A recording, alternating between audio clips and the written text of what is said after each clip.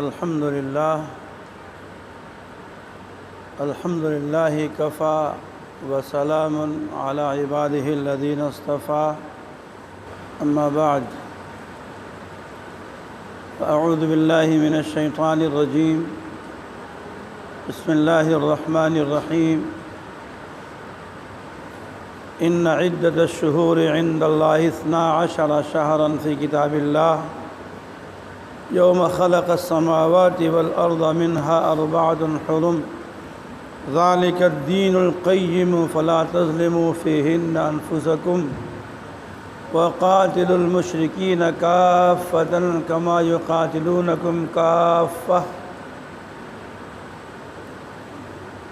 وقال الله عز وجل في موضع آخر أعوذ بالله من الشيطان الرجيم إن الله اشترى من المؤمنين أنفسهم وأموالهم بأن لهم الجنة يقاتلون في سبيل الله فيقتلون ويقتلون وعدا عليه حقا في التوراة والإنجيل والقرآن ومن أوفى بعهده من الله فاستبشروا ببيعكم الذي بايعتم به وذلك هو الفوز العظيم صدق اللہ العظیم۔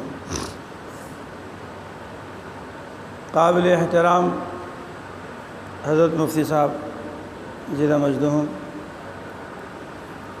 عزیز مکرم مولانا محمد انس قمر صاحب حفظہ اللہ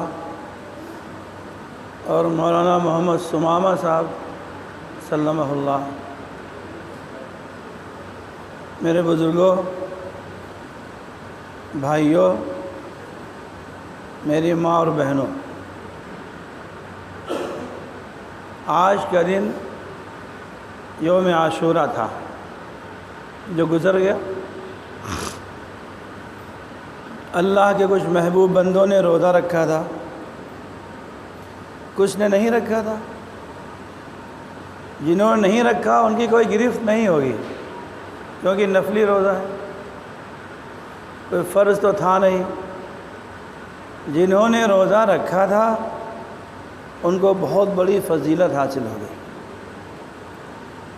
اس لیے کہ نبی پاک جناب محمد الرسول اللہ صلی اللہ علیہ وآلہ وسلم نے ارشاد فرمایا تھا، افضل الصیام بعد رمضان شہر اللہ المحرم، کہ رمضان کے مہینے کے بعد سب سے افضل کوئی روزہ ہے تو محرم الحرام کا روزہ ہے۔ یہ روزہ رمضان کی فرضیت سے پہلے فرض تھا، اور حضور پاک صلی اللہ علیہ وسلم یہ روزہ رکھا کرتے تھے۔ جب رمضان کے مبارک مہینے کی فرضیت ہوئی تو رب کائنات نے اس روزے کی فرضیت کو ساقط کر دیا، یعنی ختم کر دیا۔ فرضیت تو ختم ہو گئی، فضیلت باقی ہے۔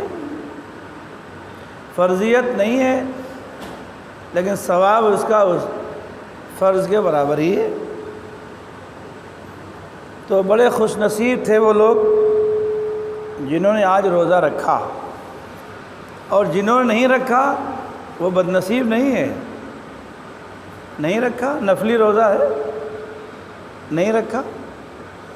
کچھ تو وہ تھے جو مریض تھے، مریض کے لیے تو رمضان کا روزہ بھی اگر وہ رمضان کے بعد ٹھیک ہو سکتا ہے تو اللہ رب العزت نے اس کی قضا کے لیے رمضان کے مہینے میں روزہ رکھنے سے اس کو رخصت دے دی ہے۔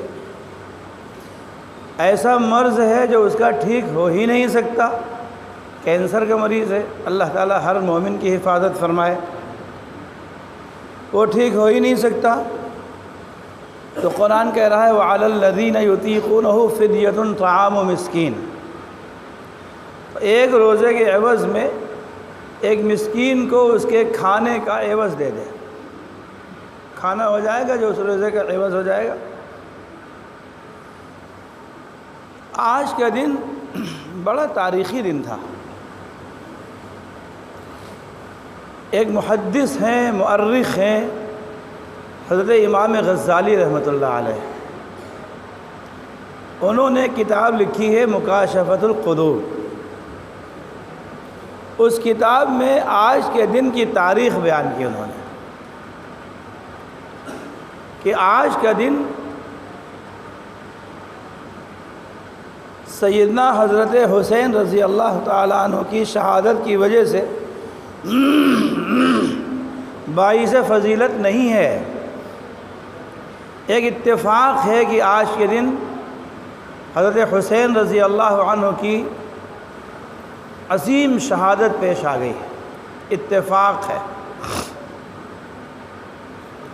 یہ دن سیدنا آدم علیہ السلام سے لے کر حضور پاک جناب محمد الرسول اللہ صلی اللہ علیہ وسلم تک بڑی عظمتوں والا، بڑی فضیلتوں والا اور بڑی عظمتوں والا ہے۔ امام غزالی رحمۃ اللہ علیہ نے تاریخ کا ایک باب بناتے ہوئے اس دن کی جو تاریخ بیان فرمائی ہے، فرمایا اللہ رب العزت نے سیدنا آدم علیہ السلام کو پیدا کیا، اور جس دن حضرت آدم علیہ السلام کے جسم اطہر میں روح پھونکی ہے وہ آج ہی کا دن تھا۔ قرآن پاک کا 10واں سپارہ ہے اور 11واں رکوع ہے۔ اللہ تعالیٰ فرماتے ہیں ان عدت الشہور عند اللہ 12 شہرا فی کتاب اللہ یوم خلق السماوات والارض منها 4 حرم ذالک الدین القیم، کہ اللہ رب العزت نے جس دن زمینوں کو، آسمانوں کو پیدا کیا تھا، فقضاہن 7 سماوات طباقا، اللہ رب العزت نے جب آسمانوں اور زمینوں کو پیدا کر دیا تو ان کو بلایا اور بلا کر کے پوچھا تمہاری اپنی اپنی جو ذمہ داریاں ہیں تمہیں پوری کرنی ہیں۔ آسمانوں کی اپنی ذمہ داریاں ہیں، زمینوں کی اپنی ذمہ داریاں ہیں۔ اللہ نے 2 دن میں زمین کو پیدا کیا، 2 دن میں آسمان کو پیدا کیا، اور 2 دن میں زمین و آسمان کی ساری مخلوقات کو پیدا کیا۔ 6 دن لگے، اور 7واں دن اللہ رب العزت نے رخصت دے دی۔ ہمارے استاد حضرت مولانا قاری سید صدیق احمد باندھوی رحمۃ اللہ علیہ وہ اپنے طلبہ سے لطیفے کے طور پر فرماتے تھے کہ اللہ رب العزت نے 2 دن میں زمینیں پیدا فرمائیں، 2 دن میں آسمان پیدا فرمائے، اور 2 دن میں زمین و آسمان کی ساری مخلوقات کو پیدا فرمایا، اور 1 دن چھٹی کر لی۔ وہی چھٹی ہم لوگ جمعے کو کرتے ہیں۔ یہ گویا کہ اللہ تعالیٰ کا نظام چلا آ رہا ہے۔ یہی وہ دن تھا جس دن حضرت آدم علیہ السلام کے جسم اطہر میں روح پھونکی گئی۔ اسے یوم عاشورہ کہا جاتا ہے۔ عاشور کے معنی 10 کے آتے ہیں، جو عشرن سے بنا ہے۔ عربی میں عشرن 10 کو کہتے ہیں، عاشور اسی 10 سے بنا ہے، تو 10ویں تاریخ کو یوم عاشورہ کہا جاتا ہے۔ اللہ رب العزت نے سیدنا آدم علیہ السلام سے اور حضرت حوا علیہ السلام سے فرمایا وَلَا تَقْرَبَا هَذِهِ الشَّجَرَةَ فَتَكُونَا مِنَ الظَّالِمِينَ۔ دیکھیے جنت میں آپ رہیں گے، ہمیشہ رہیں گے، ایک شرط کے ساتھ رہیں گے، یہ جو سامنے والا درخت ہے اس درخت کے قریب نہ جائیے گا، کیونکہ اس درخت میں اشتہا ہے، لذتیں ہیں، اس کے قریب نہ جائیے گا۔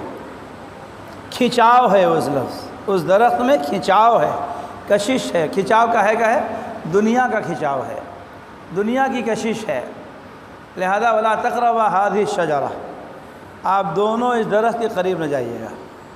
اگر آپ نے اس درخت کی کوئی چیز کھا لی تو فتکونا من الظالمین، تو پھر میرا کوئی جرم نہیں ہوگا، میں آپ کو جنت سے نکالوں گا۔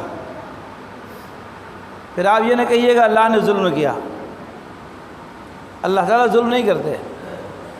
قرآن پاک میں فرمایا گیا یہ ونادوا یا مالک لیقض علینا ربک قال انکم ماکثون لقد جئناکم بالحق ولکن اکثرکم للحق کارہون۔ اللہ جب جہنم میں جہنمیوں کو ڈال دیں گے تو دروغے جہنم سے کہیں گے ونادوا یا مالک لیقض علینا ربک، اے مالک، دروغے جہنم کا نام مالک ہے۔ مالک سے کہیں گے اے میرے مالک، اپنے پروردگار سے آپ کہہ دیجئے کہ ہمارا کام تمام کر دے، یعنی ہمیں موت دے دے۔ یوں تو وہ کہتے ہیں کہ ہم مر جائیں گے، اور مر کے بھی چین نہ پایا تو کدھر جائیں گے؟ جہنمیوں کا یہی حال ہوگا۔ یوں تو گھبرا کے وہ کہتے ہیں کہ ہم مر جائیں گے۔ جب آدمی گھبراتا ہے نا، اللہ نے میں آپ کو ایک شفاف دین عطا فرمایا ہے۔ یہ دین ساری دنیا میں، ساری کائنات میں، سارے ادیان پر غالب ہے، لیکن جو بے دین ہیں، جو بد دین ہیں، ان کے پاس کوئی مذہب تو ہے نہیں، وہ خودکشی کر لیتے ہیں، سوسائڈ کر لیتے ہیں۔ اللہ رب العزت کے ہاں سوسائڈ کرنے والے کی مغفرت نہیں ہے۔ دنیا میں موت تو آ جاتی ہے، وہ کہتے ہیں کہ یوں تو گھبرا کے وہ کہتے ہیں کہ مر جائیں گے، گھبرا گئے، قرضہ زیادہ ہو گیا، ادا کیسے کریں، لوگ تقاضا کر رہے ہیں، چلو سوسائڈ کر لو، مر جاؤ، قرضے سے پاک ہو جاؤ۔ لیکن جہنم میں تو جانے کے بعد وہاں موت بھی نہیں آئے گی۔ یہ کہیں گے وَنَادَوْا يَا مَالِكُ لِيَقْضِ عَلَيْنَا رَبُّكَ، 1000 سال تک یہ مالک سے گڑ گڑاتے رہیں گے، اے مالک اپنے پروردگار سے کہہ دیجئے کہ ہمارا معاملہ پورا کر دے، ہمیں موت دے دے، یہ تو جہنم سے نکال دے، ہمیں موت دے دے۔ 1000 سال تک۔ اور آخرت کا 1 سال، 1 دن کتنا بڑا ہے؟ سورہ معارج میں اللہ رب العزت نے فرمایا مقدارہ 50,000 سنہ، آخرت کے 1 دن کی مقدار دنیا کے 50,000 سال کے برابر۔ وہاں کا 1 دن، یہاں کے 50,000 سال۔ یہ ہم نہیں کہہ رہے ہیں، حضرت مفتی صاحب تھوڑی فرما رہے ہیں۔ جس قرآن پاک کی تلاوت ہم لوگ روزانہ کرتے ہیں، اس قرآن پاک کے 29ویں سپارے کی سورہ معارج میں فرمایا گیا مقدارہ 50,000 سنہ فاصبر صبرا جمیلا انہم یرونہ بعیدا ونراہ قریبا۔ سورہ معارج میں فرمایا کہ قیامت کے اور آخرت کے 1 دن کی مقدار دنیا کے 50,000 سال کے برابر۔ اب آخرت کے 1000 سال کو دنیا کے 50,000 سال سے آپ ضرب دیجئے، ملٹیپلائی کیجئے تو تصور کے باہر ہے۔ اتنے سال تک جہنمی مالک سے کہتے رہیں گے وَنَادَوْا يَا مَالِكُ لِيَقْضِ عَلَيْنَا رَبُّكَ، 1000 سال کے بعد وہ جواب دے گا قَالَ إِنَّكُمْ مَاكِثُونَ۔ 1000 سال کے بعد جب وہ کہے گا، 1000 سال تک امید میں رہے، امید میں رہے، امید میں رہے، شاید میری بات سن لی جائے، شاید میری بات سن لی جائے، شاید میری بات سن لی جائے۔ 1000 سال کے بعد وہ کہے گا انکم ماکثون، تمہیں ہمیشہ اسی میں رہنا ہے، کبھی نکلنا نہیں ہے۔ تو وہاں تو موت بھی نہیں ہے۔ سیدنا آدم علیہ السلام چاہتے تھے کہ اللہ کی جنت ہی میں ہماری زندگی گزرے۔ شیطان آیا فَأَزَلَّهُمَا الشَّيْطَانُ عَنْهَا فَأَخْرَجَهُمَا مِمَّا كَانَا فِيهِ وَقُلْنَا اهْبِطُوا مِنْهَا جَمِيعًا۔ یہ پہلے سپارے کے 5ویں رکوع کی آیت، 4تھے رکوع کی آیت۔ شیطان نے بہکایا، شیطان کا کام بہکانا ہے۔ شیطان نے انبیاء علیہم السلام کو بہکانا چاہا، شیطان نے حضرات صحابہ کو بہکانا چاہا، شیطان نے تابعین کو بہکانا چاہا، اور شیطان ہمیں بھی بہکانا چاہتا ہے، اور قیامت تک وہ کام کرتا رہے گا۔ کیوں؟ جب رب کائنات نے فرمایا تھا فَاخْرُجْ مِنْهَا فَإِنَّكَ رَجِيمٌ، وَإِنَّ عَلَيْكَ لَعْنَتِي إِلَى يَوْمِ الدِّينِ قَالَ فَأَنذِرْنِي إِلَى يَوْمِ يُبْعَثُونَ۔ جب رب کائنات نے فرمایا تھا کہ تم نکل جاؤ یہاں سے، تم نے میرا حکم نہیں مانا۔ ذرا غور فرمائیے، جب اللہ رب العزت نے فرمایا کہ تم لوگ سب سیدنا آدم کا سجدہ کرو، اسجدوا لآدم فسجدوا الا ابلیس ابا واستکبر وکان من الکافرین۔ اللہ فرماتے ہیں کہ میں نے کہا کہ تم جبریل ان کا آدم کا سجدہ کرو، سارے فرشتے سجدے میں چلے گئے، ابلیس نے سجدہ نہیں کیا۔ کیوں نہیں کیا؟ لاجک دیکھیے، لاجک اس کے، وہ کہہ رہا ہے میں کیسے سجدہ کروں، یہ تو کمزور درجے کا انسان ہے، میں اس سے اعلیٰ درجے کا ایک جن ہوں۔ کمزور کیا ہے؟ آپ نے اس کو مٹی سے پیدا کیا، خلقتنی من نار وخلقتہ من طین، آپ نے مجھے آگ سے پیدا کیا اور آپ نے اس کو مٹی سے پیدا کیا۔ مٹی کا کام ہے نیچے آنا، آگ کا کام ہے اوپر جانا، جو اوپر جائے وہ بلند ہوتا ہے، جو نیچے جائے وہ پست ہوتا ہے۔ تو میں پست کو کیسے سجدہ کر لوں؟ میں کار پہ چل رہا ہوں تو موٹر سائیکل والوں کو کیسے سلام کر لوں؟ میں موٹر سائیکل پہ چل رہا ہوں تو سائیکل والے کیسے سلام کر لوں؟ میں سائیکل پہ چل رہا ہوں تو پیدل والے کیسے سلام کر لوں؟ یہی شیطانی عمل ہے، یہی شیطانی عمل ہے۔ اللہ رب العزت نے فرمایا عاجزی کے ساتھ رہو، انکساری کے ساتھ رہو۔ حضور پاک علیہ الصلاۃ والسلام نے ارشاد فرمایا کہ جو انسان دنیا میں عاجزی کے ساتھ، انکساری کے ساتھ رہتا ہے اور تمام تکلیفوں پر صبر کرتا ہے، جب قیامت کے روز اللہ کے حضور حاضر ہوگا تو اللہ تعالیٰ ساری مخلوق کے سامنے اس سے کہیں گے تم نے میرے خاطر صبر کیا تھا، تم نے میرے خاطر عاجزی اختیار کی تھی، تم نے میرے خاطر انکساری اختیار کی تھی، آج تمہیں اس کا اختیار دیا جاتا ہے، تم جنت کی جس حور کو چاہو اس سے نکاح تمہارا کر دیا جائے۔ عاجزی بہت بڑی علامت، بہت بڑی نعمت ہے اللہ تعالیٰ کی۔ انکساری بہت بڑی نعمت اللہ تعالیٰ کی ہے۔ اگر اللہ نے مال دیا ہے تو اللہ کی امانت ہے، ایک دن چلا جائے گا۔ یہ بتائیے ہمارے لکھنؤ شہر میں یا ہمارے آپ کے خاندان میں جنہوں نے بڑے بڑے گھر بنائے تھے، جنہوں نے بڑی بڑی فیکٹریاں بنائی تھیں، جنہوں نے بڑی بڑی دکانیں، مارکیٹس بنائے تھے، کیا وہ دنیا میں ہمیشہ رہے؟ چلے گئے، ہم بھی چلے جائیں گے۔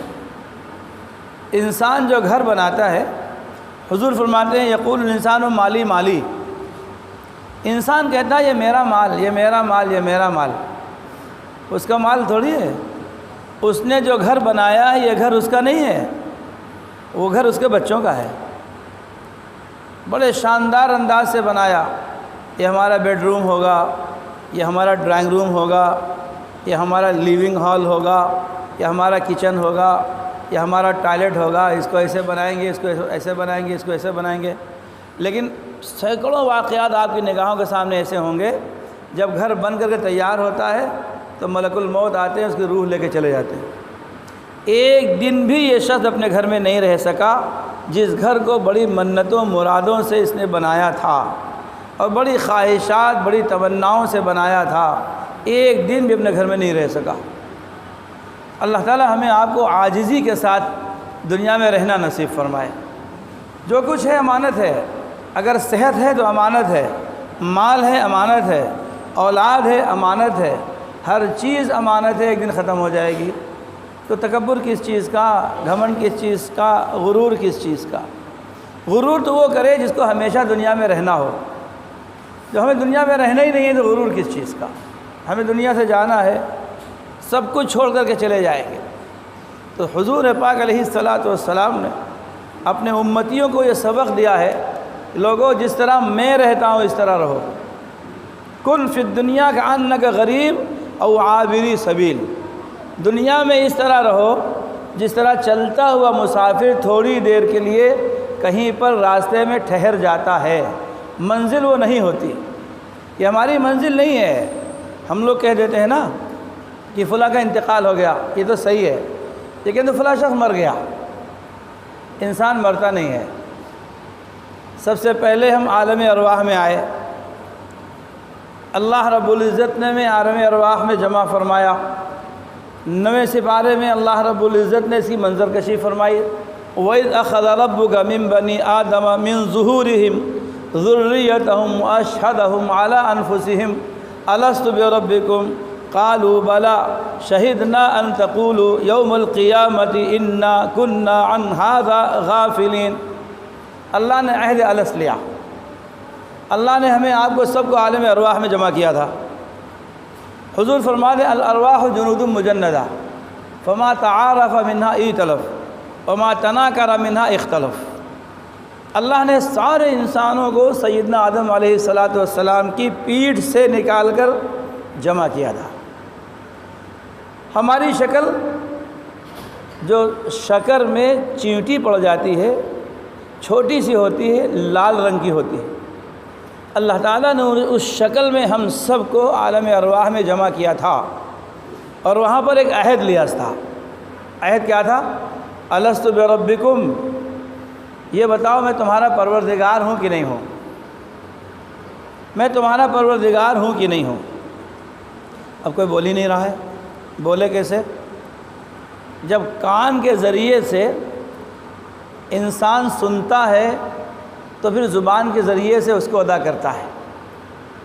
آپ ایک بچہ، ہمارا انسان کا بچہ پیدا ہو، اس کو آپ جنگل میں ڈالائیے، 15 سال 16 سال 20 سال تک وہ جنگل میں جانوروں کے ساتھ رہے، آپ سے بات نہیں کر پائے گا۔ وہ آپ اس سے بات کرنا چاہیں گے، بات نہیں کرے گا آپ سے، کیونکہ اس نے اپنے کانوں سے وہ الفاظ سنے ہی نہیں ہیں۔ بچہ پہلے اپنے کانوں سے سنتا ہے، اس سے ہم بچے سے کہتے ہیں بچہ بیٹا کہو اللہ اللہ اللہ۔ جب اس کے کانوں میں اللہ کی آواز جاتی ہے تو زبان سے الفاظ نکلتے ہیں۔ اللہ رب العزت نے جب انسانوں کو جمع کیا اور عہد الست لیا تو کوئی انسان بول نہیں پا رہا ہے، بول ہی نہیں رہا ہے۔ سب سے پہلے جس شخص نے بلا کا لفظ کہا تھا وہ ہمارے آقائد و عالم سید المرسلین والآخرین جناب محمد الرسول اللہ صلی اللہ علیہ وسلم ہے۔ سب سے پہلے آپ نے جواب دیا تھا، اور آپ نے فرمایا تھا بلا، اے میرے پروردگار، بے شک آپ ہی ہمارے پروردگار، آپ رب ہیں۔ جب انسانوں نے حضور کی زبان مبارک سے سنا تو پھر بول پڑے سب۔ تو پہلے کان کے ذریعے سے بول ہمارے ذہن میں جاتے ہیں، پھر زبان سے وہ الفاظ نکلتے ہیں۔ اسی لیے حضور پاک علیہ السلام کو معلم کائنات کہا جاتا ہے۔ آپ پوری کائنات کے معلم ہیں۔ سب سے پہلے آپ نے اللہ رب العزت کا جواب دیا تھا، آپ کو سیکھ کر کے، آپ کا سن کر کائنات کے سارے انسانوں نے اللہ رب العزت کے عہد الست کا جواب دیا تھا۔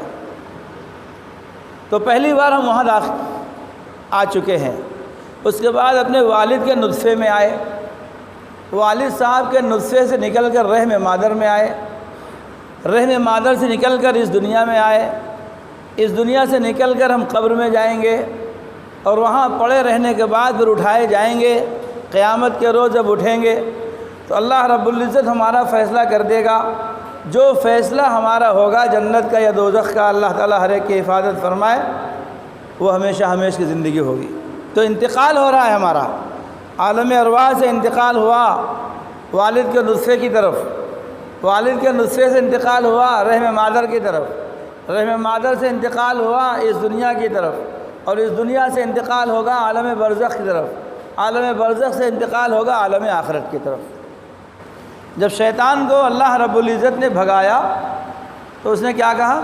کہا انذرنی الی یوم یبعثون، اے اللہ آپ نے تو ہمیں دھتکار دیا، اور فرمایا فإنک رجیم وإن علیک لعنتی الی یوم الدین، کہ تم دھتکارے ہوئے ہو، چلے جاؤ یہاں سے، نکل جاؤ۔ اللہ تعالیٰ نے نکال دیا۔ تو یہ جان رہا ہے کہ اللہ غصے میں ہے، اللہ تعالیٰ کے مزاج سے اتنا واقف۔ اللہ فرماتے ان رحمتی وسعت غضبی، میری رحمت ہمیشہ میرے غصے پر غالب رہتی ہے۔ اللہ تعالیٰ غضب میں ہوں گے، جب اس سے اللہ تعالیٰ سے کوئی مانگے گا اللہ اس وقت بھی اس کو دیں گے۔ مومن کی کوئی دعا کبھی رد نہیں کی جاتی۔ اس بات کو یقین کے ساتھ سنیے، مومن کی کوئی دعا کبھی رد نہیں کی جاتی۔ لا یرد الدعاء، کوئی دعا رد نہیں کی جاتی۔ مومن کی ہر دعا کو اللہ قبول فرما لیتے ہیں۔ پھر اللہ رب العزت عزیز بھی ہے، حکیم بھی ہے۔ جس اللہ نے اپنے بندے کو پیدا کیا وہ اللہ اپنے بندے کے مزاج سے واقف ہے۔ ایک انسان اگر اپنی فیکٹری میں کوئی انسان کوئی مشین بناتا ہے تو اس کے ایک ایک پرزے سے واقف ہوتا ہے۔ اللہ تعالیٰ نے بندے کو پیدا کیا، ہر بندے کے مزاج سے واقف ہیں۔ جو یہ مانگ رہا ہے اگر یہی چیز اس کو دے دیں گے تو یہ ایمان پر باقی رہے گا کہ نہیں باقی رہے گا، اللہ جانتے ہیں۔ اگر جو چیز یہ مانگ رہا ہے اگر یہ چیز اس کو ہم دے دیں گے تو اس کے اندر غرور آئے گا یا نہیں آئے گا، اللہ جان رہے ہیں۔ اگر یہ چیز اس کو ہم دے دیں گے جو یہ مانگ رہا ہے تو یہ سارے اپنے خاندان والوں کے حقوق کو ادا کرے گا کہ نہیں ادا کرے گا، اللہ جانتے ہیں۔ اگر اللہ اپنی حکمت سے سمجھ لیتے ہیں کہ یہ بندہ اس کے اندر غرور نہیں آئے گا، ایمان پر باقی رہے گا، عاجزی انکساری کے ساتھ رہے گا، اپنے تمام خاندان والوں کے اپنے بچوں کے سارے حقوق ادا کرتا رہے گا اور میرے حقوق بھی ادا کرتا رہے گا، اللہ تعالیٰ اس کو وہی چیز دے دیتے ہیں جو مانگ رہا ہے۔ اور اگر اللہ سمجھ لیتے ہیں کہ اس چیز کے دینے سے ایمان پر باقی نہیں رہے گا یا اس کو وہ چیز دینے سے اس کے اندر غرور کبر آ جائے گا یا اس کے دے دینے سے سارے حقوق ختم کر دے گا، اللہ وہ چیز نہیں دیتے، اس کے بدلے میں کوئی چیز دے دیتے ہیں۔ بیٹا مانگ رہا ہے، اللہ بیٹے کے بجائے بیٹی دے دیتے ہیں۔ 10 سال کے بعد 10 سال تک بیٹا مانگتا رہا، 10 سال کے بعد اولاد ہوتی ہے تو بیٹی ہوتی ہے۔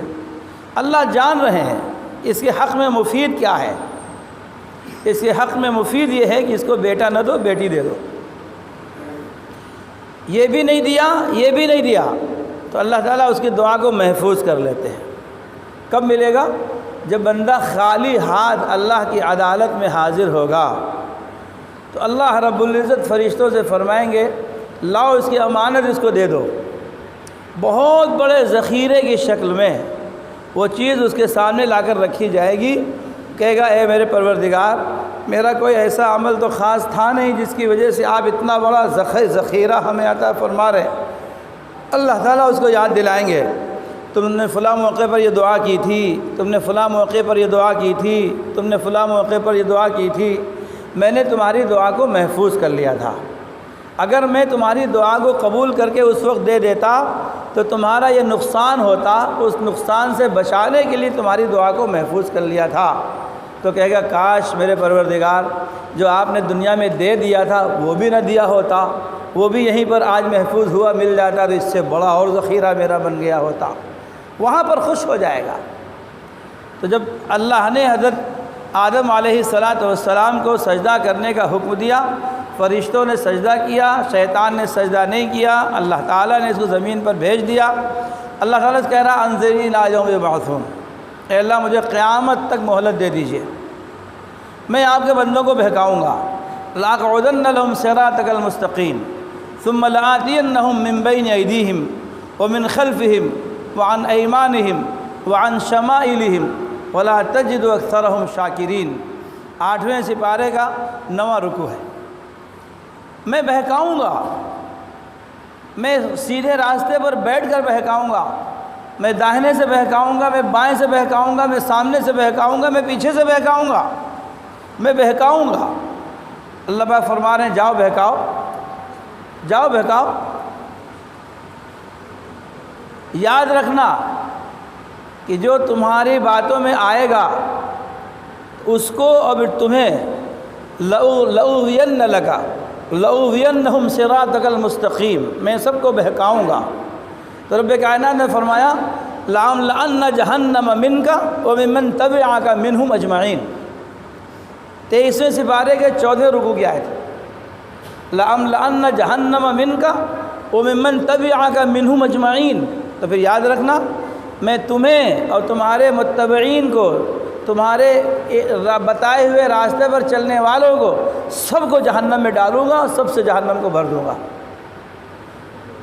سیدنا آدم علیہ السلام کے پاس جاتا ہے، پوچھتا ہے ابا آپ جنت میں رہنا چاہتے ہیں؟ بیٹا رہنا چاہتے ہیں، آپ اس درخت کا پتا کھا لیجئے۔ قرآن کہہ رہا فَأَكَلَا مِنْهَا فَبَدَتْ لَهُمَا سَوْآتُهُمَا وَطَفِقَا يَخْصِفَانِ عَلَيْهِمَا مِنْ وَرَقِ الْجَنَّةِ، کہا کہ آپ اس درخت کا پتا کھا لیجئے۔ فرمایا اللہ تعالیٰ نے منع کیا ہے، میں نہیں کھاؤں گا۔ تو شیطان کیا کرتا ہے؟ شیطان پہلے مردوں کو بہکانے کی کوشش کرتا ہے، اگر مرد نہیں بہکتا تو پھر ناقص العقل عورت کے پاس جاتا ہے، عورت کے ذریعے سے مردوں کو بہکاتا ہے۔ حضور پاک علیہ السلام نے ارشاد فرمایا تھا کہ شیطان کا جال عورتیں ہیں، النساء حبالۃ الشیطان، شیطان کا جال عورتیں ہیں، ان عورتوں کے جال میں پھنس کر کے مرد اپنی آخرت کو تباہ کر لیتا ہے۔ آج مردوں کی زندگیاں تباہ ہو رہی ہیں عورتوں کے جال میں پھنس کر کے، بے ایمان ہو رہے ہیں، ایمان سے ہاتھ دھو رہے ہیں، مرتد ہو رہے ہیں۔ اس موبائل کی نحوست نے، اینڈرائڈ موبائل کی نحوست نے ہمارے نوجوان بچوں اور بچیوں کو تباہ کر دیا ہے، ان کو ایمان سے مرتد بنا دیا ہے، اور ہم نے اپنے بچوں کو آزادی دے دی ہے، اس سے ہمارا نقصان ہو رہا ہے۔ اپنے بچوں کی تربیت کے خاطر اپنے بچوں کو اینڈرائڈ فون نہیں دینا چاہیے۔ ٹھیک ہے، ایک زمانہ آیا تھا، کرونا کا زمانہ آیا تھا، اس میں آن لائن تعلیم ہو رہی تھی، وہ مجبوری تھی، اب مجبوری ختم ہو گئی ہے۔ اس سے بہت زیادہ فتنے وجود میں آتے ہیں۔ بچیاں کتنی، ہماری سینکڑوں بچیاں 2021 کا جائزہ لیا گیا، 20,000 ہماری بچیاں غیر مسلم لڑکوں کے ساتھ چلی گئیں۔ ایک سال میں 20,000 ہندوستان میں، پورے ہندوستان میں 20,000 بچیاں اسلام چھوڑ کر کے غیر مسلم بچوں کے ساتھ چلی گئیں۔ وہ ایک بچی نہیں گئی ہے، یہ 20,000 نہیں گئی ہیں، یہ 2 لاکھ بچیاں گئی ہیں۔ ان کی اولاد ہوگی، کسی بچی سے 5 بچے ہوں گے، کسی بچی سے 6 بچے ہوں گے، کسی بچی سے 3 بچے ہوں گے، کسی بچی سے 2 بچے ہوں گے۔ بچہ ہمیشہ اپنے باپ کے مذہب پہ چلتا ہے۔ جن غیر مسلم بچوں سے، جن غیر مسلم مردوں سے ان مسلم بچیوں کے بچے پیدا ہوں گے، وہ مسلم ہوں گے؟ مسلم ہوں گے؟ وہ مسلم نہیں ہوں گے، وہ غیر مسلم ہوں گے۔ تو 20,000 بچیاں نہیں گئی ہیں، 2 لاکھ مان لیجئے، 2 لاکھ بچیاں ہمارے معاشرے سے، ہمارے خاندان سے چلی گئیں۔ یہ شیطان کروا رہا ہے، یہ شیطان کروا رہا ہے۔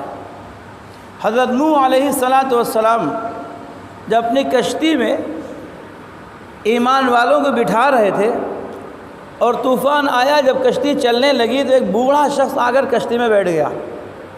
کشتی والوں کے اعتراض ہوا، یہ کون شخص آ گیا ہے؟ حضرت نوح علیہ السلام نے پوچھا تم کون ہو؟ کہا حضرت میں ابلیس ہوں۔ تم کیسے یہاں آ گئے؟ کہا کہ طوفان آ گیا ہے، میں مر جاؤں گا، مجھے بیٹھنے دیجیے۔ تو ایمان والوں کی اصرار پر آپ نے اس کو اتارنا چاہا، بڑی خوشامد کی، اس نے بڑی منتیں مرادیں مانگی۔ حضرت نوح علیہ السلام نے فرمایا اچھا یہ بتاؤ، تم اتنا بتا دو انسانوں کو بہکاتے کیوں ہو، اور کیوں بہکاتے ہو، کیسے بہکاتے ہو؟ تو اس نے کہا کہ حضرت میں 2 چیزوں سے بہکاتا ہوں، ایک حرص دے کر بہکاتا ہوں اور ایک حسد دے کے بہکاتا ہوں۔ حرص یہ ہے، نوجوان لڑکا نوجوان لڑکی کے فراق میں گھوم رہا ہے، یہ حرص ہے۔ آج حرص مختلف چیزوں میں پائی جاتی ہے۔ انسان مال کی حرص میں اندھا ہو رہا ہے، انسان عورت کی حرص میں اندھا ہو رہا ہے، انسان اقتدار کی حرص میں اندھا ہو رہا ہے، تو کہا کہ میں حرص دے کر بہکاتا ہوں اور حسد دے کے بہکاتا ہوں۔ کائنات کے سب سے پہلا انسان حرص میں میں نے اس کو بہکایا، اور حسد کے شکار میں خود ہو گیا۔ میں نے سیدنا آدم علیہ السلام سے حسد کیا تھا، تو حسد کی بنا پر مجھے زمین پر آسمان سے اتارا گیا، اور سیدنا آدم علیہ السلام نے حرص کی تھی جنت کی، تو جنت کی حرص میں ان کو جنت سے زمین پر اتارا گیا۔ سیدنا آدم علیہ السلام زمین پر اتار دیے گئے۔ 300 سال تک اللہ تعالیٰ سے استغفار کرتے رہے، 300 سال تک۔ ربنا ظلمنا انفسنا وان لم تغفر لنا وترحمنا لنکونن من الخاسرین۔ اے اللہ، ہم نے اپنے نفس پر ظلم کیا ہے، شیطان کے بہکاوے میں آ گئے۔ تو شیطان نے جب دیکھا کہ سیدنا آدم علیہ السلام نہیں بہک رہے ہیں، تو اماں ہوا کے پاس گیا۔ اسی لیے حضور نے فرمایا النساء حبالۃ الشیطان، عورت شیطان کا جال ہے، اس جال کے ذریعے سے مردوں پر حملہ کرتا ہے، ان کو پھنساتا ہے۔ اماں ہوا کے پاس جاتا ہے، کہتا ہے اماں آپ جنت میں رہنا چاہتے ہیں کہ نہیں رہنا چاہتے ہیں؟ جی بیٹا رہنا چاہتے ہیں۔ تو آپ اس درخت کے پتے کو یا اس کے پھل کو کھا لیجئے، آپ کبھی جنت سے نکالی نہیں جائیں گے۔ تو کہا کہ بیٹا ہمارے شوہر نے منع کیا ہے، اللہ نے میرے شوہر کو منع کیا، میرے شوہر نے مجھے منع کیا، میں نہیں جا سکتی۔ اب دیکھیے اس کی لاجک، یہ حضرات علماء بیٹھے ہیں، آپ ان سے پوچھئے عربی زبان میں ایک اسم اشارہ ہوتا ہے، ھذا اسم اشارہ ہے، اور ذالک اسم اشارہ دور کا ہے، ھذا قریب کا ہے۔ بہت قابل ہے شیطان۔ شیطان کسی ڈاکٹر کو جب بہکاتا ہے تو ڈاکٹر بن کے بہکاتا ہے، کسی انجینئر کو بہکاتا ہے تو انجینئر بن کے بہکاتا ہے، کسی لائر کو بہکاتا ہے تو لائر بن کے بہکاتا ہے، کسی حافظ قرآن کو بہکانا چاہتا ہے تو حافظ بن کے بہکاتا ہے، قاری کو قاری بن کے بہکاتا ہے، عالم کو عالم بن کے بہکاتا ہے، مفسر کو مفسر بن کے بہکاتا ہے، محدث کو محدث بن کے بہکاتا ہے، فقیہ کو فقیہ بن کے بہکاتا ہے۔ بہت قابل ہے، یہ بہت قابل ہے۔ تو کہا کہ اماں آپ نے غور نہیں کیا، اللہ پاک نے فرمایا وَلَا تَقْرَبَا هَٰذِهِ الشَّجَرَةَ، جو آپ کے قریب میں جو درخت ہے اس سے منع کیا ہے، لیکن جو دور ہے ان سے تھوڑی منع کیا ہے، ان کو تو آپ کھا ہی سکتی ہیں۔ کہا بیٹا بات تو سمجھ میں آ رہی تمہاری۔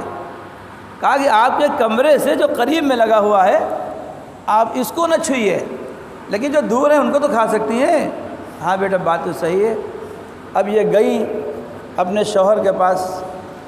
شوہر کو اپنی بیوی سے بہت محبت ہوتی ہے، اور بہت سی چیزیں ایسی ہوتی ہیں جو شوہر فیصلہ نہیں کر پاتا، بیوی کے مشورے پہ عمل کرتا ہے۔ حضور پاک علیہ السلام جب عمرے کے لیے مدینہ منورہ سے نکلے ہیں، اور حدیبیہ کے مقام پر جب آپ نے قیام فرمایا اور آپ نے سیدنا عثمان غنی رضی اللہ عنہ کو مکہ مکرمہ بھیجا کہ جا کر مکے والوں سے بتا دو کہ ہم لوگ عمرہ کرنے کے لیے آ رہے ہیں، ہم عمرہ کریں گے، ہمارے پاس کوئی تلوار نہیں ہے، ہمارے پاس کوئی ہتھیار نہیں ہے، ہم عمرہ کریں گے واپس ہو جائیں گے، ہم احرام کی حالت میں ہیں۔ مکے والوں نے اجازت نہیں دی، کہا نہیں اس سال تو عمرہ نہیں کر سکتے۔ جب یہ بات طے ہو گئی کہ اس سال ہم لوگ حدیبیہ کے آگے نہیں بڑھ پائیں گے، تو نبی پاک علیہ السلام نے فرمایا کہ میرے ساتھیوں 1400 حضرات صحابہ حضور پاک علیہ السلام کے ساتھ تھے، 1400۔ آپ نے فرمایا سب لوگ یہیں پر اپنی ہدی کے جانور ذبح کر دیں اور حلق کر لیں، احرام کھول لے۔ کوئی صحابی تیار نہیں ہو رہا تھا، کوئی صحابی تیار نہیں ہو رہا تھا۔ حضور بہت زیادہ پریشان ہوئے کہ آخر میرے صحابہ میری ایک ایک بات پہ، میرے اشارے پر جانوں کو قربان کرنا اپنی معراج سمجھتے تھے، آج میری بات کو مان کیوں نہیں رہے ہیں؟ آپ اسی مایوسی کو لے کر اپنے خیمے میں تشریف لاتے ہیں۔ حضرت ام سلمہ رضی اللہ تعالیٰ عنہ آپ کے ساتھ میں ہیں۔ حضور نے حضرت ام سلمہ کے سامنے یہ بات رکھی، تو اپنی بیویوں سے مشورہ کرنا چاہیے، ان کو عزم معطل نہیں سمجھ لینا چاہیے۔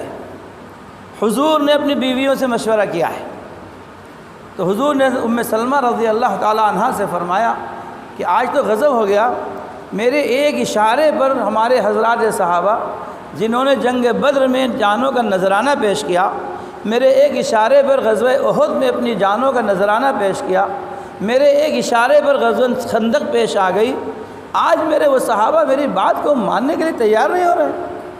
اللہ اکبر! وہ عورت بھی کیا تھی، وہ حضرت ام سلمہ فرماتی ہیں حضور یہ بات نہیں ہے، وہ نعوذ باللہ آپ کی شان میں گستاخی نہیں کر رہے ہیں، وہ انتظار میں ہیں کہ شاید اللہ کی طرف سے کوئی وحی آ جائے، شاید اللہ کی طرف سے کوئی وحی آ جائے تو ہم لوگوں کو عمرے کے لیے جانا آسان ہو جائے۔ وہ اللہ کی وحی کا انتظار کر رہے ہیں، نعوذ باللہ وہ آپ کی شان میں گستاخی نہیں کر رہے ہیں۔ اب ایک کام کریے، آپ باہر نکلیے اور جا کر سب سے پہلے اپنا جانور آپ ذبح کر دیجیے اور اپنا آپ حلق کرا لیجیے، پھر دیکھیے صحابہ مانتے ہیں کہ نہیں مانتے ہیں۔ حضور پاک علیہ السلام نکلے اور نکل کر سب سے پہلے اپنا جانور ذبح کیا۔ بس حضور کا جانور ذبح کرنا تھا کہ حضرات صحابہ سارے کے سارے اپنا جانور ذبح کرنا شروع کر دیا۔ حضور نے حلق کرایا، سب نے اپنا حلق کرا لیا۔ حضور نے احرام کھول دیا، سب نے اپنا احرام کھول دیا۔ تو یہ ام سلمہ رضی اللہ تعالیٰ عنہا کی رائے سے حضور پاک علیہ السلام نے اس پر عمل کیا تو الحمدللہ سارا مسئلہ حل ہو گیا۔ بیویاں بڑی نعمت ہیں اللہ تعالیٰ کی، ان کے ساتھ خیر کا معاملہ کرنا چاہیے۔ حضور پاک علیہ السلام فرماتے ہیں خیرکم خیرکم لأہلہ وانا خیرکم لأہلی، تم میں سب سے بہتر وہ شخص ہے جو اپنے گھر والوں کے ساتھ اچھا ہو، بہتر ہو۔ میں اپنے گھر والوں کے ساتھ سب سے بہتر ہوں۔ چنانچہ یہ شیطان حضرت حوا کے پاس پہنچتا ہے اور ان سے کہتا ہے، اپنے شوہر کے پاس جاتی ہیں، اپنے شوہر کو سمجھاتی ہیں۔ سیدنا آدم علیہ السلام نے محبوب بیوی کی بات کو مانتے ہوئے اس درخت کا پھل کھا لیتے ہیں۔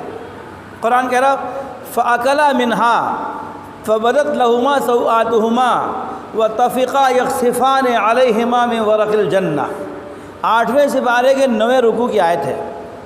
جب دونوں نے اس درخت کے پھل کو کھا لیا تو آپ کے جنت کے کپڑے اتر گئے، آپ جنت کے درختوں کے پتوں سے اپنا ستر عورت ڈھانپنے لگے، اللہ رب العزت نے اتار دیا۔ یہی وہ شیطان ہے کہ حضرت ایوب علیہ السلام ایک روایت میں 6 سال، ایک روایت میں 18 سال بیمار رہتے ہیں، پوری برادری ساتھ چھوڑ دیتی ہے، پورا خاندان ساتھ چھوڑ دیتا ہے۔ یہ محبوب فرما بردار بیوی ان کو لے کر کے بستی کے ایک کنارے جا کر کے پڑ جاتی ہے، اپنے شوہر کے علاج کے لیے وہ بستی میں گھروں میں جا کر جھاڑو پوچھا کرتی ہے، برتن صاف کرتی ہے، اس سے جو پیسہ ملتا ہے اس سے اپنے شوہر کا علاج کرتی ہے۔ ایک روز شیطان آیا، کہنے لگا اماں کیا آپ چاہتی ہیں کہ آپ کا شوہر ٹھیک ہو جائے؟ ہاں بیٹا، کون نہیں چاہے گا، ہم تو اپنے شوہر کی تیمارداری کرتے کرتے مرے جا رہے ہیں، میرا شوہر ٹھیک ہو جائے، اللہ میرے شوہر کو صحت دے دے۔ تو کہا کہ میرے پاس ایک پڑیا ہے، میں بہت بڑا حکیم ہوں، حکیموں کو بہکانے کے لیے بھی حکیم بن کے جاتا ہے۔ کہا میں حکیم ہوں، ایک پڑیا ہے، 100% گارنٹی ہے کہ آپ کا شوہر ٹھیک ہو جائے گا، آپ یہ پڑیا کھلا لیجئے، دے دو بیٹا۔ بیٹا اس کی قیمت کیا ہے؟ کوئی قیمت نہیں ہے، صرف ایک میرا سجدہ کر لیجیے آپ بس۔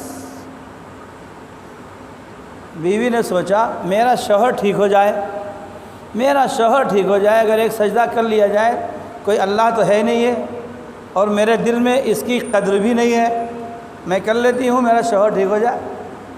لیکن کہنے لگی میں اپنے شوہر سے پوچھ لوں، بس سمجھ گیا کہ اب کام بننے والا نہیں ہے۔ یہ جائیں گی اپنے شوہر کے پاس، وہ نبی بھی ہیں، وہ مرد ہیں، پوری عقل کے مالک ہیں، دوسرے وہ نبی ہیں، وہ کیسے برداشت کر لیں گے غیر اللہ کا سجدہ کرنا؟ کہا میں اپنے شوہر سے پوچھ لوں۔ ارے نہیں ان کے پوچھنے کی ضرورت نہیں ہے، وہاں کہاں جا رہے ہیں پوچھنے کے لیے، یہ کون سے پوچھنے کی بات ہے، آپ میرا سجدہ کر لیجیے، پڑیا لے جائیے۔ کہا نہیں، اپنے شوہر سے پوچھ کر کے، پوچھے بغیر میں سجدہ نہیں کر سکتی۔ اب یہ پوچھنے کے لیے گئیں، وہ کسی حال میں نہیں تھے، جسم کا سارا گوشت نکل چکا تھا، صرف ہڈیاں بچی تھیں، صرف زبان چل رہی تھی۔ 2 لوگ قریب سے گزر رہے تھے، تو سوچا کہ دیکھیں ان کے ہونٹ چل رہے ہیں، یہ کیا کہہ رہے ہیں۔ کان ان کے ہونٹ کے پاس لگائے تو اس زبان سے اللہ اللہ اللہ کا ذکر نکل رہا تھا۔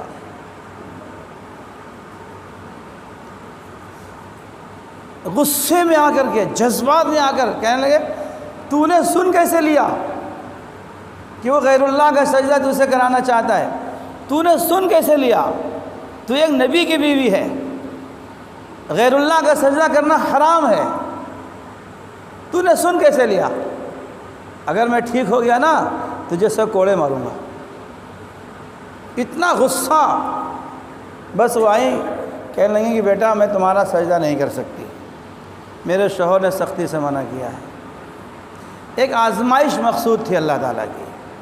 تو یہ شخص عورتوں کے ذریعے مردوں کو بہکاتا ہے۔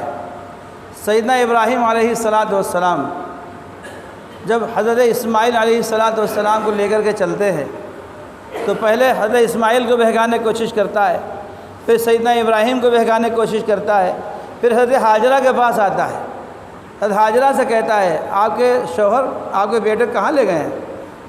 کہا کہ بھیا وہ تو لے گئے ہیں، کسی کام سے لے گئے ہیں، میلہ دکھانے لے گئے۔ ارے کہاں پڑی ہو، اس کو ذبح کرنے کے لیے لے گئے ہیں۔ باپ بیٹے کو ذبح کرے گا؟ یہ نہیں ہو سکتا۔ ارے نہیں، ہم جو کہہ رہے ہیں میری بات تو مانیے آپ، اپنے بیٹے کو ذبح کرنے لے گئے، وہ آپ کا بیٹا جو اس کو زندگی بھر آپ نے اللہ سے مانگا تھا، اس اکلوتے بیٹے کو آپ کی بڑھاپے کی اکلوتی اولاد ہے، وہ آپ کے بڑھاپے کا سہارا بننے والا ہے، اس کو وہ لے گئے ہیں، ذبح کرنے لے گئے ہیں۔ یہ نہیں ہو سکتا۔ ارے ہاں بھائی ذبح کرنے لے گئے ہیں، کیوں؟ اچھا وہ کیوں ذبح کرنے لے گئے ہیں؟ وہ کہہ رہے ہیں اللہ کا حکم ہے۔ اللہ اکبر۔ اب دیکھیے عورت ایک بات، اگر اللہ کا حکم ہے، ارے تو میرا ایک اسماعیل کا، اگر اللہ پاک 1000 اسماعیل دیتے ہم اس کو بھی اللہ کے نام پر قربان کر دیتے۔ کیسی عورت تھی وہ! اللہ ہماری بہنیں، ہماری مائیں، ہماری بچیاں بھی اللہ ہمیں ایسی نصیب فرمائے جو اپنے شوہروں کو گائیڈ کرنے والی ہوں، اپنے شوہروں کو مس گائیڈ کرنے والی نہ ہوں۔ انہوں نے اپنے شوہروں کو گائیڈ کیا تھا۔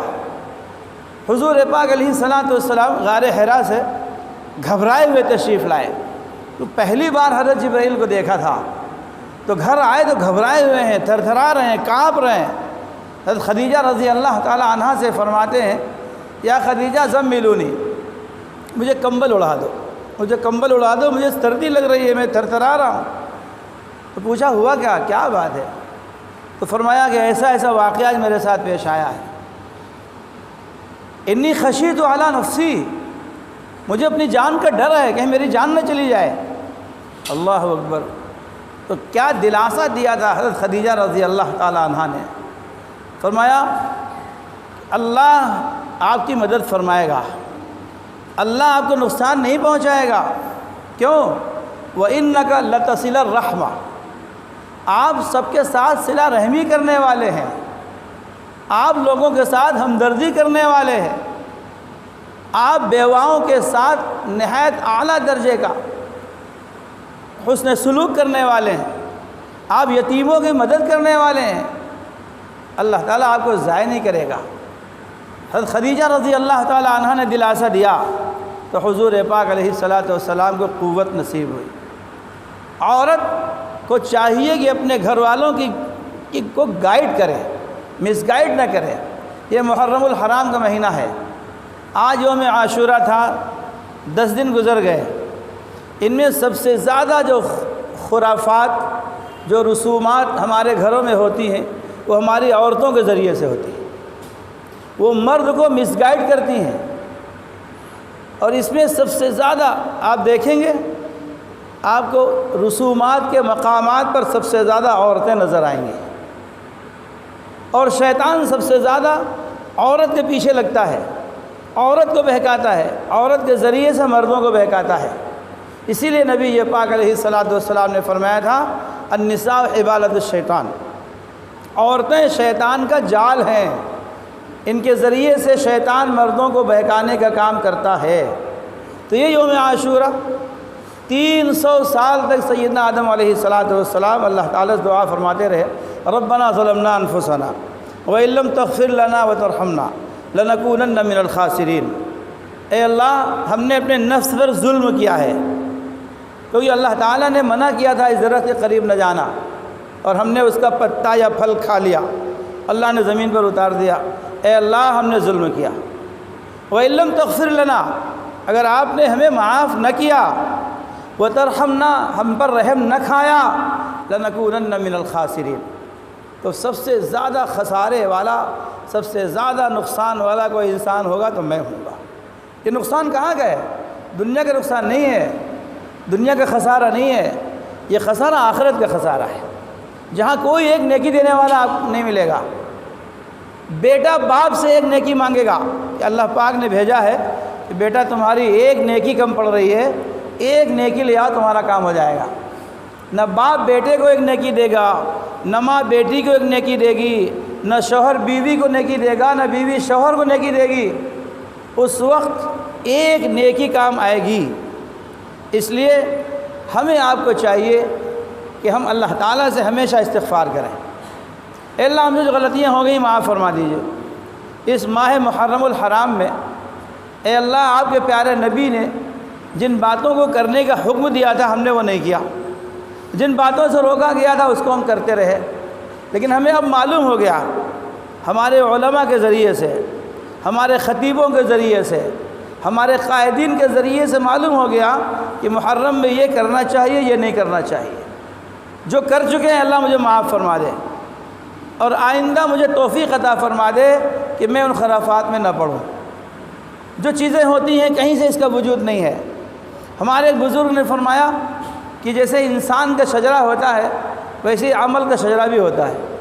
انسان کا شجرہ کہ ایک شخص اپنے آپ کو فاروقی لکھتا ہے، ایک شخص اپنے آپ کو صدیقی لکھتا ہے، ایک شخص اپنے آپ کو سید لکھتا ہے۔ اگر وہ سید لکھ رہا ہے تو پھر یہاں سے لے کر حضرت فاطمہ رضی اللہ تعالی عنہا تک بیچ میں سب اولاد حضرت علی کی ہونی چاہیے۔ اگر بیچ میں کہیں سے کوئی کٹ اپ ہوا تو پھر یہ سید کہلانے کے لائق نہیں ہے۔ کوئی صدیقی لکھتا ہے تو یہاں سے لے کر اس کا والد بھی صدیقی، اس کا والد بھی صدیقی، اس کا والد بھی صدیقی ہوتے ہوتے آخری اولاد سیدنا صدیق اکبر تک پہنچنی چاہیے۔ اس کا شجرہ محفوظ ہے، ورنہ شجرہ محفوظ نہیں ہے۔ ہمارے قرآن کا شجرہ ہے۔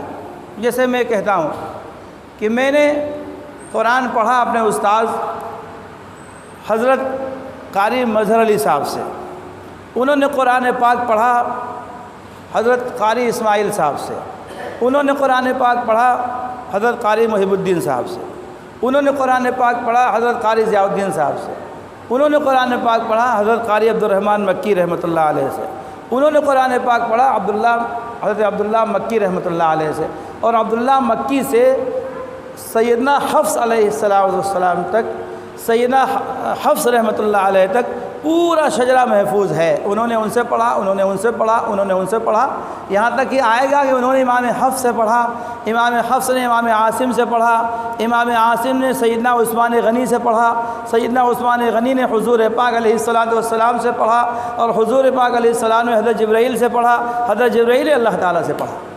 تو شجرہ محفوظ ہوا کہ نہیں؟ ہمارا شجرہ محفوظ ہے، ہمارے سمامہ نے ہم سے پڑھا ہے، لہذا ان کا شجرہ محفوظ ہے قرآن پاک کا، جو حضور پاک علیہ السلام تک پہنچتا ہے۔ ہماری نماز کا شجرہ ہے، حضور پاک علیہ السلام تک پہنچتا ہے۔ ہم جو محرم میں کرتے ہیں، تعزیہ داری کرتے ہیں، علم اٹھاتے ہیں، چھڑ اٹھاتے ہیں، تعزیہ اٹھاتے ہیں، تخت اٹھاتے ہیں، اس کا بھی کوئی شجرہ ہونا چاہیے۔ اگر یہ عبادت ہے تو اس کا بھی شجرہ ہونا چاہیے کہ ہمارے ابا نے اٹھایا، ہمارے دادا نے اٹھایا، دادا کے ابا نے اٹھایا، ان کے ابا نے اٹھایا، اور اٹھاتے اٹھاتے اٹھاتے حضرت زین العابدین نے اٹھایا، العابدین، پھر حضور پاک علیہ السلام تک پہنچنا چاہیے۔ نہیں پہنچتا۔ 8ویں صدی کے آگے نہیں جاتا یہ شجرہ، 8ویں صدی تک یہ ہندوستان اور ایران تک جاتا ہے، 8ویں صدی کے بعد اس کا شجرہ آگے نہیں جاتا۔ جو شجرہ حضور پاک علیہ السلام تک نہ پہنچے وہ دین نہیں ہے، وہ دین نہیں ہے، وہ ایمان نہیں ہے، وہ کیا ہے؟ وہ بدعت ہے۔ اور حضور پاک علیہ السلام نے ارشاد فرمایا تھا کہ میری امت میں جس نے کوئی نیا طریقہ ایجاد کیا، اور میرے طریقے سے وہ ہٹ کر کے تھا تو اس کو چاہیے فَلْيَتَبَوَّأْ مَقْعَدَهُ مِنَ النَّارِ، اس کو چاہیے اپنا ٹھکانہ جہنم میں بنا لے۔ کرنا کیا ہے؟ حضرت حسین رضی اللہ تعالی عنہ نے جس مقصد کے تحت اپنی جان کا نذرانہ پیش فرمایا، بڑی المناک شہادت ہے، اس میں کوئی شک نہیں ہے، بڑی دردناک شہادت ہے، اور اس سے زیادہ بڑھ کر ان کے خالو سیدنا عثمان غنی رضی اللہ تعالیٰ عنہ کی شہادت ہے۔ سیدنا حسین رضی اللہ عنہ 3 دن پیاسے رہے، ان کے خالو حضرت عثمان غنی 40 دن پیاسے رہے۔ ان کی شہادت اس سے زیادہ المناک ہے، اور اس سے زیادہ المناک شہادت سیدنا عمر بن خطاب کی ہے، جن کو مصلی پر فجر کی نماز میں ابو لولو نے خنجر مار کر آپ کی آنتوں کو باہر کر دیا تھا۔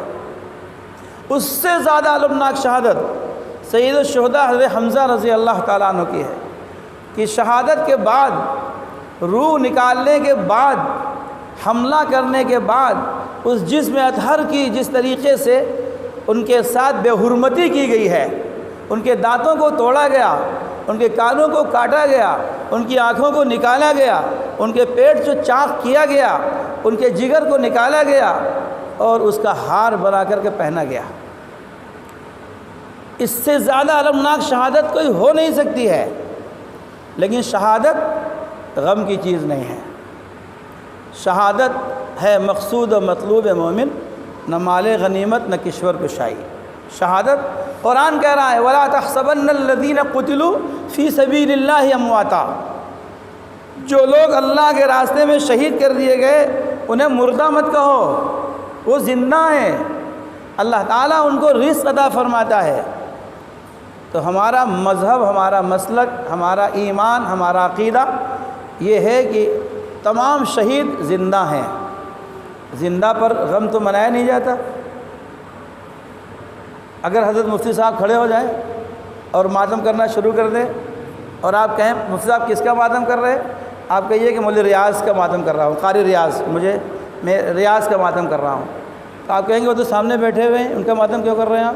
اگر ماتم شریعت میں جائز ہوتا تو مرنے والے پر جائز ہوتا، ماتم تو جائز ہی نہیں ہے، شرعاً جائز ہی نہیں ہے، ہمارا عقیدہ ہے۔ نوحہ خوانی شریعت میں جائز ہی نہیں ہے، حضور پاک علیہ الصلاۃ والسلام نے سختی سے منع کیا ہے اس سے، تو زندوں کا ماتم نہیں کیا جاتا۔ ہمارا عقیدہ ہے کہ حضرت حسین رضی اللہ عنہ زندہ ہیں۔ قرآن کے دوسرے سپارے میں دوسرا رکوع ہے، قرآن کہہ رہا ہے وَلَا تَقُولُوا لِمَنْ يُقْتَلُ فِي سَبِيلِ اللَّهِ أَمْوَاتٌ بَلْ أَحْيَاءٌ وَلَكِنْ لَا تَشْعُرُونَ، جو اللہ کے راستے میں شہید کر دیے گئے وہ زندہ ہیں، ان کو مردہ مت کہو۔ وَلَا تَقُولُوا امواتن، اس کو مردہ مت کہو، وہ مردہ نہیں ہے، وہ زندہ ہے۔ حضرت حسین زندہ ہیں، تمام شہید زندہ ہیں، زندوں کا ماتم نہیں ہوتا، زندوں کا نوحہ خوانی نہیں ہوتی۔ نمبر 2، حضور پاک علیہ السلام نے فرمایا غم 3 دن کا ہوتا ہے، غم مرنے والے کا سوگ 3 دن کا ہوتا ہے۔ ہاں، وہ عورت جس کا شوہر انتقال کر جائے، اس عورت پر اپنے شوہر کا سوگ 4 مہینے 10 دن ہے۔ دوسرا سپارہ ہے، 14واں رکوع ہے، اللہ فرماتے ہیں والذین یتوفون منکم ویذرون ازواجا یتربصن بانفسہن 4 اشہر و 10، 4 مہینے 10 دن عورت اپنے شوہر کا سوگ منائے گی۔ لیکن اگر وہ بہن ہے، بھائی کا انتقال ہو گیا، 3 دن کا سوگ، بیٹی ہے، باپ کا انتقال ہو گیا، 3 دن کا سوگ، بیٹی ہے، ماں کا انتقال ہو گیا، 3 دن کا سوگ۔ صرف بیوی کے لیے ہے۔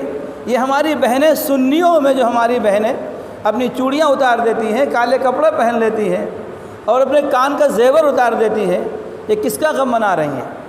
کتنے افسوس کی بات۔ آپ سوچئے ذرا، تھوڑی دیر بیٹھ کر کے سوچئے۔ قرآن کہہ رہا ہے کہ صرف بیوی کو 4 مہینے 10 دن کا سوگ منانا ہے، اس کے علاوہ کسی کو 3 دن زیادہ سوگ نہیں منانا۔ سوگ جائز نہیں ہے۔ کیا تماشا ہے، کہاں کا دین ہے یہ؟ ہم لوگ جان بوجھ کر بدعات کر رہے ہیں اور عبادت سمجھ کر کے کر رہے ہیں۔ میرے دوستو، جب قیامت کے روز حضور پاک علیہ الصلاۃ والسلام کا سامنا ہوگا، مجھے ڈر لگتا ہے کہیں نبی پاک علیہ الصلاۃ والسلام یہ نہ کہہ دیں یہ میرا امتی نہیں ہے، یہ میرا امتی نہیں ہے۔ میرا امتی ہوتا تو میرے طریقوں پر چلتا، اس نے دوسروں کے طریقے اختیار کیے تھے، لہذا جس نے دوسروں کے طریقے اختیار کیے ہیں وہ اپنے ان کے ساتھ جائے جن کے طریقے اختیار کیے تھے۔ کہیں حضور یہ نہ کہہ دے میرا امتی نہیں ہے تو میرا پورا بیڑا غرق ہو جائے گا۔ اس لیے میرے بزرگوں اور دوستوں، میری ماں اور بہنوں، اس مہینے کو خاص طور سے یہ 10 دن نبی پاک علیہ الصلاۃ والسلام کے طریقوں کے مطابق گزارنا چاہیے۔ اور ہم کیسے گزاریں گے؟ اپنے علماء سے پوچھ کر کے۔ الحمدللہ مدارس بہت کھل گئے ہیں، بچیاں ہماری بہت ساری عالمہ ہو گئی ہیں۔ ہماری عورتیں، ہماری خواتین، ہماری مستورات ان فاضل بچیوں سے مسائل معلوم کریں۔ میں اکثر کہا کرتا ہوں، آپ سے بھی کہہ رہا ہوں، یہ بات کہہ کے ختم کر دیتا ہوں۔ ہم جب کسی ڈاکٹر کے پاس جاتے ہیں ہمیں بخار آ گیا، ہم گھر میں نہیں پڑے رہیں گے، ہم ڈاکٹر کو دکھانے جائیں گے تاکہ بخار ہمارا رہے نہ، ختم ہو جائے۔ جب جاتے ہیں تو ایک ایک چیز بتاتے ہیں اس کو، ڈاکٹر صاحب آنکھوں سے پانی آ رہا ہے، سر میں درد ہو رہا ہے، بخار بہت تیز ہوتا ہے، 102 تک بخار بڑھ جاتا ہے، بہت سینہ جکڑا ہوا ہے، ہر چیز بتاتے ہیں۔ کیوں بتاتے ہیں؟ تاکہ ہمارا علاج صحیح ہو جائے۔ ایک اپنی جسمانی بیماری کو لے کر ایک دنیاوی ڈاکٹر کے پاس جاتے ہیں تو ایک ایک بیماری اس کے سامنے بتاتے ہیں، کیوں؟ تاکہ میرا علاج اچھا ہو جائے۔ ہمارے اندر جو روحانی بیماریاں ہیں، ہمارے اندر جو اخروی بیماریاں ہیں، ان بیماریوں کے علاج کے لیے ہمیں ڈاکٹر کے پاس جانا چاہیے کہ نہیں جانا چاہیے؟ ہمارے روحانی ڈاکٹر ہمارے علماء ہیں،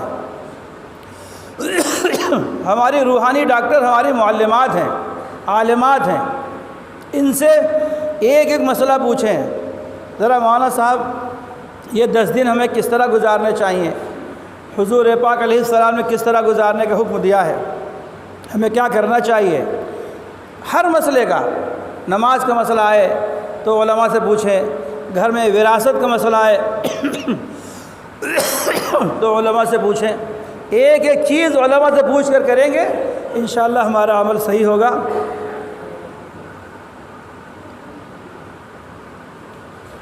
جب ہمارا عمل صحیح ہوگا اللہ کی بارگاہ میں قبول ہوگا، ہمارا عمل قبول ہوگا، اللہ تعالی ہماری مغفرت فرمائیں گے، اللہ ہماری دنیا بھی آسان فرمائیں گے، ہماری آخرت آسان فرمائیں گے، قبر میں ہمیں راحت نصیب فرمائیں گے، اور اپنی عدالت میں جب حاضری ہوگی اللہ انشاءاللہ جنت کا فیصلہ فرمائیں گے۔ اللہ اس پر ہم سب کو عمل کی توفیق نصیب فرمائے۔ ابھی ہمارے بعد انشاءاللہ ہمارے حضرت امام صاحب، حضرت مفتی صاحب کا بیان ہونا ہے، پوری اس کے ساتھ رقص کے ساتھ بیٹھیے، حضرت کا بیان سنیے۔ یہ مجلسیں روز روز نہیں آتی ہیں، لیکن جو مجلسیں ہیں بہت مبارک ہیں۔ کیا بعید ہے اللہ تعالیٰ اس مجلس کو دیکھ کر کے فرشتوں سے کہے، میرے فرشتوں تم گواہ رہی ہو، میرے یہ بندے میرے نام پر جمع ہوئے ہیں، میرا تذکرہ کر رہے ہیں، میرے حبیب کا تذکرہ کر رہے ہیں، تم لوگ گواہ رہی ہو اپنے سب بندوں کی میں نے مغفرت کر دی۔ کیا بعید ہے کہ آج کی مجلس ہماری آپ کی مغفرت کا سامان ہو جائے۔ اللہ تعالی ہماری آپ کی سب کی مغفرت فرمائے، بدعات سے، رسومات سے، خرافات سے ہماری بہنوں بچیوں کی سب کی حفاظت فرمائے۔ وآخر دعوانا الحمدللہ رب العالمین۔ میں دین لوں گا، میں دین لوں گا، نہ لوں گا میں دین ہارے دنیا۔